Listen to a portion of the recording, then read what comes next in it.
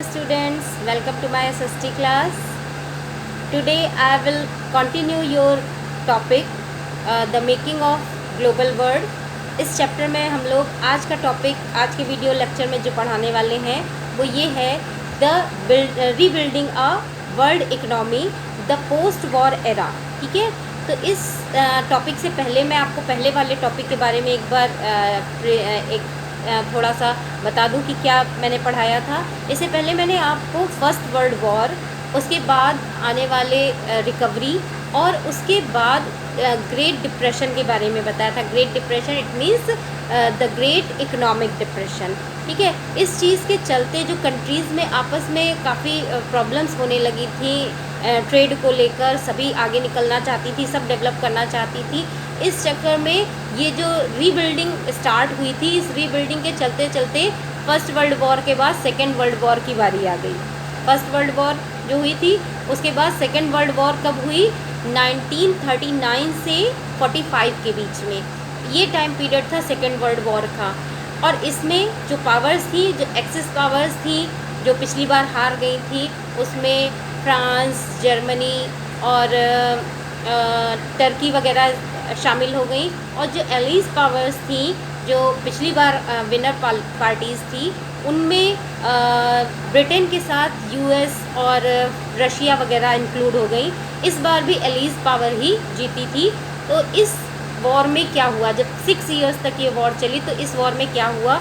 Enormous loss, most of these death took place outside the battle field. पिछली बार वाले जब first world war हुई थी तो उस वॉर में क्या हुआ था कि ज़्यादातर डेथ्स जो हुई थी, जो बैटल फील्ड में लोग गए थे उनकी हुई थी, और या जिनको फोर्सफुली वहाँ भेजा गया था उनकी हुई थी। लेकिन सेकेंड वर्ल्ड वॉर में काफ़ी लॉस हुआ, और ज़्यादातर लॉस उन लोगों का हुआ जो दूर दूर तक भी वॉर से रिलेट नहीं कर रहे थे, मतलब जो अलग थे वॉर से उन लोगों पर। जैसे कि जापान में हिरोशिमा नागासाकी पे आपने पता है आपको कि परमाणु बम फेंका गया था, जिसकी वजह से वहाँ पर कुछ हेरिडिटरी प्रॉब्लम्स आ गई थी, जो आज तक उनकी पॉपुलेशन में देखने को मिलती है उन परमाणु बमों की वजह से, कि वहाँ के लोगों की हाइट कम हो गई और नाक दबी हुई है या कुछ और आँखें छोटी छोटी हैं। इस तरह की प्रॉब्लम उनकी पूरी वंश में ही, मतलब सारी पीढ़ियों में वो प्रॉब्लम्स अभी तक देखने में आती है। तो इस तरह की प्रॉब्लम्स आई कि जो लोग वॉर से नहीं जुड़े हुए थे, जो वॉर में नहीं थे, उन पर भी काफ़ी असर पड़ा, और वो लोग मारे गए जो उस वॉर में गए ही नहीं थे। तो इस वॉर की वजह से the war caused an immense amount of economic devastation and social destruction. मतलब इकोनॉमिक डिवास्टेशन तो फर्स्ट वर्ल्ड वॉर में भी हुआ था, और सेकेंड वर्ल्ड वॉर में इकोनॉमिक डिवास्टेशन के साथ साथ सोशल डिस्ट्रक्शन भी हुआ, मतलब सामाजिक रूप से भी काफ़ी लॉस हुआ। इसी टाइम पीरियड में two crucial fluence shaped post war reconstruction. मतलब इस टाइम पीरियड में भी, जब ये पोस्ट वॉर रिकन्स्ट्रक्शन का टाइम यानी कि सेकेंड वर्ल्ड वॉर का टाइम चल रहा था, उस टाइम पीरियड में भी टू क्रूशियल इन्फ्लुएंस देखने में मिले। जैसे कि यूएस तो आपको पता ही है कि इकोनॉमिक तौर से बहुत ही मजबूत कंट्री थी। उसके अलावा एक दूसरी कंट्री कौन शेप ले रही थी? Soviet union. जहाँ पर यूएस कैपिटल कंट्री थी, वहीं पर जो सोवियत यूनियन थी वो एक सोशलिस्ट कंट्री थी। तो यानी कि यहाँ पर ये दोनों ही, जहाँ एक तरफ वॉर से बहुत ज़्यादा लॉस हो रहा था, वहीं पर सोवियत यूनियन जो थी वो शेप ले रही थी और एक बहुत ही पावरफुल कंट्री के रूप में सामने उभर के आ रही थी। अब यहाँ पर हम बात करेंगे कि पोस्ट वॉर सेटलमेंट है, मतलब वॉर तो हो गई, सेकेंड वर्ल्ड वॉर हो गई, और उसका जो लॉस था वो भी आपने देख लिया, कौन इन्फ्लुएंस होकर कौन सी कंट्रीज सामने आई वो आपने देख लिया। लेकिन अब उसके बाद किस तरह से सेटलमेंट हुआ? अब सेटलमेंट करने की ज़रूरत इसलिए पड़ी, जो फर्स्ट वर्ल्ड वॉर के बाद गलती हो गई थी उसको अब नहीं दोहराना था। क्यों? क्योंकि फिर थर्ड वर्ल्ड वॉर नहीं चाहिए थी ना। क्यों? क्योंकि अगर थर्ड वर्ल्ड वॉर होती तो लगभग शायद पूरा ही वर्ल्ड ख़त्म हो जाता, क्योंकि पहले वर्ल्ड वॉर से दूसरे वर्ल्ड वॉर में काफ़ी कुछ लॉस ज़्यादा हुआ, तो थर्ड वर्ल्ड वॉर में और भी ज़्यादा होता। तो थर्ड वर्ल्ड वॉर अभी तक नहीं हुई है, और ना कोशिश रहेगी कि ना ही हो तो ज़्यादा अच्छा है। तो इसके लिए कुछ सेटअप किए गए, जैसे कि ब्रेटन वुड्स इंस्टीट्यूशन का सेटअप किया गया। ये था पोस्ट वॉर सेटलमेंट।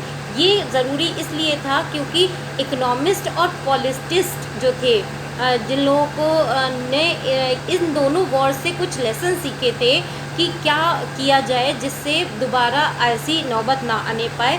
तो इस चीज़ को देखते हुए इन लोगों ने दो तरह की चीज़ें समझी, दो तरह के लेसन लिए। वो क्या थे? पहला तो mass production and mass consumption. तो उन्होंने कहा कि जब मास प्रोडक्शन हो रहा है तो मास कंजप्शन की भी ज़रूरत पड़ेगी। अगर मास कंजप्शन नहीं होगा तो प्रोडक्शन बढ़ता ही जाएगा, जिसकी वजह से फिर से ग्रेट डिप्रेशन की स्थिति आ जाएगी, जिससे पहले ही पूरी वर्ल्ड जूझ चुका था ग्रेट डिप्रेशन से। तो ये ऐसा ना हो, इसके लिए क्या किया जाए? इसके लिए ये किया जाए कि लोगों को एम्प्लॉयमेंट दिया जाए, उनकी जो इनकम है वो फिक्स हो जाए। तो इस चीज़ पर ध्यान दिया गया कि मास प्रोडक्शन के साथ साथ मास कंजप्शन तभी हो सकता है जब लोगों के पास एम्प्लॉयमेंट हो और साथ ही साथ उनकी जो इनकम है वो फिक्स हो। फिर नेक्स्ट है countries economic link with outside world should be controlled by government. कि मतलब जो आउटसाइड की कंट्रीज़ से के साथ जो इकोनॉमिक लिंक बन रहा है, मतलब जो ट्रेड वगैरह हो रहा है, वो कंट्रोल किसके पास चला जाए? वो कंट्रोल चला जाए गवर्नमेंट के पास, ताकि अगर आगे कभी इस तरह की स्थितियां आए, प्रॉब्लम्स आए, तो हर कंट्री की जो गवर्नमेंट है वो आपस में सेटलमेंट करके और किसी न किसी तरह से ये स्थिति ना आने दे कि थर्ड वर्ल्ड वॉर हो।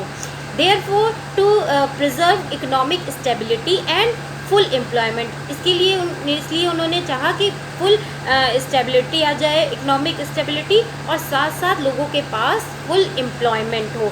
इसके लिए क्या किया गया? ब्रिटेन वुड्स इंस्टीट्यूशन का सेटअप किया गया। ये इंस्टीट्यूशन का सेटअप जुलाई 1944 में हुआ था। यूएसए के न्यू हैम्पशायर स्टेट में हुआ था। इसमें दो तरह के इंस्टीट्यूशंस बनाए गए थे। फर्स्ट था इंटरनेशनल मॉनेटरी फंड यानी कि IMF। अगर कभी आपसे फुल फॉर्म पूछा जाए IMF का तो इंटरनेशनल मॉनेटरी फंड इसका ये है। और ये क्यों सेटअप किया गया था? It was setup because establish to deal with external surplus and reflect to its members nation. मतलब जो इसके मेंबर्स थे ब्रिटेन वुड्स इंस्टीट्यूशन के, उनके जो मेंबर्स हैं उनमें अगर कोई बहुत ही ज़्यादा पावरफुल कंट्री है, उसके पास जो इकोनॉमिक ग्रोथ है वो सरप्लस में है, और कोई वीक है, तो वो आपस में ही सेटलमेंट कर लें कि मतलब एक दूसरे की मदद करें, एक दूसरे को लोन्स दें या एक दूसरे की ग्रोथ में पार्टिसिपेट करें। तो ये जो IMF था वो इसलिए सेटअप किया गया था। दूसरा था international bank of reconstruction and recovery, जिसे वो आप वर्ल्ड बैंक के नाम से, मतलब आप वर्ल्ड बैंक अगर कह दो तो इसको इसी दूसरे नाम से इसी तरह से जाना जाता है। तो इसका सेटअप क्यों गया था? It was setup because the finance post war reconstruction. मतलब वॉर के बाद जिन भी कंट्रीज़ को, जिन इंडस्ट्रियल कंट्रीज़ को लॉस हुआ था, उनके रिकंस्ट्रक्शन के लिए ये बैंक उनको फाइनेंशियली हेल्प करे। तो ये दो जो इंस्टीट्यूशंस बनाए गए ब्रिटेन वुड्स इंस्टीट्यूशन के द्वारा, इन्हें ब्रिटेन वुड्स ट्विंस के नाम से भी जाना जाता है। अगर आपसे पूछा जाए कि ट्विंस में कौन कौन से आते हैं, तो IMF और वर्ल्ड बैंक आते हैं, ठीक है। और इसके अलावा ये जो सिस्टम था ब्रिटेन वुड्स सिस्टम, इसको सेटअप कि ये जो था ये fixed economic fixed exchange rate पर था। जैसे कि ये नहीं कि कहीं की जो करेंसी है, जैसे कि डॉलर है, तो कहीं पर उसका कुछ और रेट हो और दूसरी जगह कुछ और रेट हो। उसको फिक्स्ड कर दिया गया कि $1 की कीमत इतने ही रुपए। जैसे अभी आप लोग देखते हैं कभी ज़्यादा कभी कम होती रहती है, तो ये फ्लोटिंग ऑर्डर वाला टाइम है। लेकिन उस समय पर एक्सचेंज रेट जो था वो फिक्स कर दिया गया था कि इतना $1 की जो कीमत है वो इतनी ही रहेगी, वो चाहे किसी कंट्री के लिए हो, चाहे किसी अदर कंट्री के लिए हो, किसी भी तरह से। तो इस तरह से मैंने आपको ये बताया कि किस तरह से ब्रिटेन वुड्स इंस्टीट्यूशन, उसकी 2 जो पार्ट्स थे, IMF और वर्ल्ड बैंक, और उसके अलावा किस तरह से सेकेंड वर्ल्ड वॉर के बाद थर्ड वर्ल्ड वॉर की स्थिति ना आए, इसके लिए ब्रिटेन वुड्स इंस्टीट्यूशन को सेटअप किया गया था। न्यू हैम्पशायर नामक जगह है USA में, वहाँ पर इसके लिए मीटिंग हुई थी, और इसी मीटिंग में इन दोनों ट्विंस यानी कि दोनों जो इंस्टीट्यूशंस थे उनका एक समय एक तरह से बर्थ हुआ था, और ये हुआ था जुलाई 1944 में। ठीक है, तो ये चीज़ें आप याद रखिएगा कि ब्रिटेन वुड्स का कैसे सेटअप हुआ, कहाँ पर हुआ, और इसके 2 पार्ट्स कौन कौन हैं जो ब्रिटेन वुड्स ट्विन में आते हैं। इस तरह से आपको ये जो सेकेंड वर्ल्ड वॉर है और उसके बाद किस तरह से रिकवरी स्टार्ट हुई और किस तरह से इस चीज़ को फिर से देखा गया कि ना तो ग्रेट डिप्रेशन का समय आए और ना ही थर्ड वर्ल्ड वॉर की स्थिति आए। इन दोनों ही स्थितियों से को ना आने देने के लिए इकोनॉमिस्ट और पॉलिटिस्ट जो थे उन्होंने किस तरह से वर्क किया। आई थिंक मेरा ये आपको एक्सप्लेनेशन समझ में आ गया होगा। अब आपका जो लास्ट पार्ट रह गया हो उसके लिए मैं आपको नेक्स्ट वीडियो में समझाने वाली हूँ। आई थिंक आपको समझ में आया होगा, तो प्लीज़ मेरे वीडियो को लाइक ज़रूर करें और सब्सक्राइब करें, और अगर किसी तरह की कोई प्रॉब्लम है तो उसको कमेंट बॉक्स में पूछें। Thank you.